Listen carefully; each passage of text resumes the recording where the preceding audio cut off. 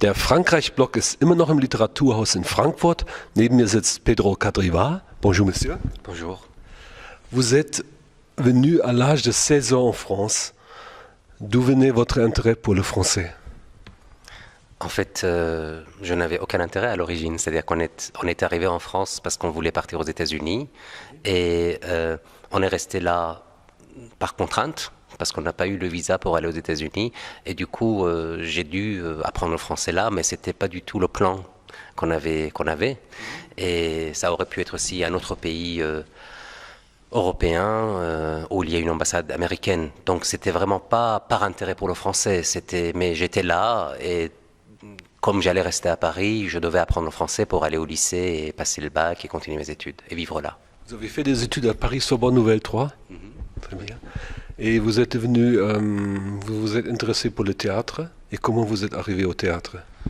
J'ai toujours fait du théâtre. Quand j'étais petit à l'école, j'écrivais des pièces que je jouais moi-même. Enfin, ça n'a jamais été une chose qui a fait éruption tout à coup dans ma vie, mais ça a toujours été le cas. Donc ça a commencé en Iran déjà, enfant. J'allais beaucoup au théâtre aussi, adolescent, enfin à 12-13 ans, avant et après la Révolution. Donc c'était une chose qui était toujours présente et qui m'a toujours fasciné. Vous avez mis en scène à Paris Heiner Müller. Et plus tard, vous l'avez connu en Allemagne. C'était votre raison d'aller en Allemagne? C'était l'inverse. J'ai connu d'abord Heiner Müller à Berlin. C'était un voyage d'une semaine. Et Berlin m'a beaucoup parlé. Je ne savais pas pourquoi d'ailleurs à l'époque. Pourquoi cette ville me parle comme ça. Maintenant, je sais avec le temps pourquoi. Mais donc c'était aussi la rencontre avec Heiner Müller. Et c'est à la suite, en fait. Si j'avais le projet de. J'aime beaucoup ce texte. Et après, la réalisation du projet de mise en scène s'est faite après le voyage à Berlin, un an après exactement, oui. Vous êtes arrivé à Berlin en ne connaissant pas l'allemand? Exactement, enfin il y a eu un petit voyage collectif pour rencontrer Heiner Müller, pour les tout jeunes metteurs en scène, enfin j'étais le plus jeune à l'époque, français qui était organisé, donc j'ai participé à ce voyage, je ne connaissais pas du tout, enfin, j'ai entendu Müller mais je ne le comprenais pas, il y avait un interprète. Et après, quand j'ai décidé de venir à Berlin et y vivre, c'était aussi pour apprendre l'allemand à Berlin. Maintenant, nous pouvons dire aux Français que l'allemand n'est pas une langue difficile. Combien de semaines avez-vous mis pour apprendre l'allemand? C'était une langue plus difficile que je ne pensais, si. Et j'ai mis plus de temps pour apprendre l'allemand que l'italien, que je trouvais qui ressemble beaucoup plus au français, évidemment. Et je pense que j'ai suivi des cours pendant 6 mois, 3 heures par jour d'abord. Et après j'ai continué aussi à apprendre. Donc ça a pris du temps, oui. Si, c'est une langue difficile, mais c'est ça qui en faisait l'intérêt aussi pour moi, cette rigueur, surtout cette grande différence par rapport au français, c'est une chose je pense que si c'était pas aussi différent du français, si c'était plus facile à apprendre, ça m'aurait peut-être pas intéressé à ce point. J'avais l'impression d'entrer dans un nouveau monde, mais c'est ça que je voulais aussi, c'est ça qui est beau, je trouve. Ich würde Sie gerne was zu den Unterschieden zwischen Frankreich und Deutschland fragen, ganz einfach. Was ist Ihnen aufgefallen, wo sind die Unterschiede am stärksten? Deutschland und Frankreich kann ich nicht sagen. Das ist eher Berlin und Paris vielleicht, weil Berlin ist nicht Deutschland. Berlin und Paris, ja. Also erstmal, die sind zwei ganz unterschiedliche Städte, einfach rein, also von Lebensgefühl, architektonisch natürlich, aber einfach, man hat viel mehr Raum. In Berlin ist viel grüner und Paris ist viel konzentrierter, viel enger. Hat auch eine viel einheitlichere Geschichte als Berlin. Berlin wurde geteilt, hat eine viel gebrochenere Geschichte als Paris. Und das lässt sich auch fühlen, auch im Nachhinein. Das heißt in der Art und in der Lebensweise, also wie die Berliner drauf sind, ich glaube, es ist viel offener auch. Und man hat ein so Freiheitsgefühl. Und in Paris, das ist auch eine Stadt, womit ich extrem emotional verbunden bin. Und ich freue mich jedes Mal, wenn ich in Paris bin, weil ich habe auch meine Pubertät dort teilweise verbracht. Und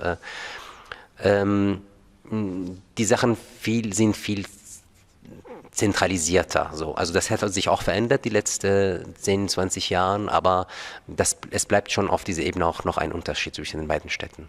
Jouer du théâtre à Paris et à Berlin, c'est différent? Oui, c'est différent parce que le théâtre n'a pas la même réception en France qu'en Allemagne. Et c'est pas simplement que c'est pas une meilleure ou pire réception, c'est une question de qualité de réception qui est différente. Je pense que le théâtre est une chose beaucoup plus institutionnalisée et beaucoup plus populaire. Enfin, on va au théâtre beaucoup plus en Allemagne qu'en France, et c'est forcément différent parce que mais ça ne veut pas dire qu'il y a moins d'attention du public, pas du tout. Je pense que le fait aussi que ça soit institutionnalisé ou une habitude d'aller au théâtre, peut-être que ça peut aussi enlever un peu de l'attention de cette particularité que le fait d'aller au théâtre peut avoir quand on ne va pas si souvent que ça. Et je voudrais surtout parler avec vous de la tétralogie de la migration. Ce sont 4 pièces. Quand est-ce que vous avez commencé avec cela? La première pièce, c'était en 2005. C'était entre 2005 et 2010 en fait. Pièce d'automne, n'est-ce pas? Pièce d'automne, oui. Et de quoi s'agit-il? Alors, en fait, ce sont 2 personnages, donc ce sont 4 monologues qui alternent entre les 2 personnages. Ce sont 2 amis, un qui vient de s'installer, un Iranien qui est arrivé en Allemagne et qui vit là-bas depuis longtemps, comme moi, enfin comme en Europe, moi j'habitais d'abord en France bien sûr, et un autre Allemand de la Bavière qui a émigré en fait de sa Bavière natale vers le nord de l'Allemagne, et ils sont amis, et ce sont des monologues, et après il y a un dialogue à la fin, et ça traite vraiment de cette question. En fait, il y avait un sous-titre en allemand pour la pièce, c'était ein Abend über Migration und Liebe, et c'est vraiment les 2 thèmes qui sont abordés, oui. Deuxième pièce, c'est Pièce d'hiver, une visite au musée. Oui, autre chose, parce qu'il s'agit d'une migration au sens d'une rencontre avec l'autre, c'est-à-dire sortir de soi et rencontrer l'autre. C'est un groupe de visiteurs de musées qui ne se connaissent pas, et tout à coup ils se rencontrent, ils commencent à se parler, et ils se révèlent à eux-mêmes à travers cette rencontre. Et troisième pièce, c'est Pièce de printemps, pays natal, c'est correct? Ça, il s'agit d'un retour au pays natal après 20 ans d'absence, ce qui est aussi un thème autobiographique, parce que je suis retourné en Iran après 21 ans d'absence, et tout ce que... Alors, l'Iran n'est jamais nommé, et on ne sait pas de quel pays il s'agit et dans quel contexte temporel, mais effectivement, c'est cette histoire de retour au pays natal dont ça traite. Oui. Et la quatrième pièce? La quatrième pièce, pièce d'été, répétition, ça c'est encore autre chose, ça traite vraiment du théâtre. Il s'agit d'une représentation théâtrale en plein air, les répétitions et la manière dont les choses se passent, et qui fait que justement on n'arrive pas à la première. Voilà, c'est vraiment. Mais le thème de la migration est présent parce que c'est aussi une question de rencontre, et surtout de rencontre à travers le théâtre. C'est-à-dire comment on devient autre, comment on peut migrer par le théâtre, pour ceux même qui y travaillent, pour les acteurs et le metteur en scène. Quelle pièce de vous peut-on voir actuellement à Berlin? Pour l'instant, aucune. Enfin, là, j'ai commencé un projet avec Gorki Theater, en collaboration avec Gorki Theater, avec des réfugiés. Donc, on vient de commencer là. Donc, ça va être en juin. On va montrer quelque chose en juin à Gorki Theater. Vous me rappelez que je l'affiche à nouveau sur le blog. C'est assez important. Maintenant, encore une chose. Je voudrais encore savoir combien de langues parlez-vous? Pas tant que ça en fait. Le persan évidemment, le français, l'allemand, l'italien et l'anglais. Si vous vous adressez aux élèves français, qu'est-ce que vous leur diriez pour leur expliquer qu'il faut apprendre l'allemand? Je dirais d'abord que c'est une belle langue dont la beauté est très différente de celle du français, et que ça les aidera à entrer dans un autre monde et du coup à percevoir les choses aussi autrement, et c'est ça qui a fait en tout cas l'intérêt de l'allemand pour moi. Et puis surtout, c'est une langue de grande littérature.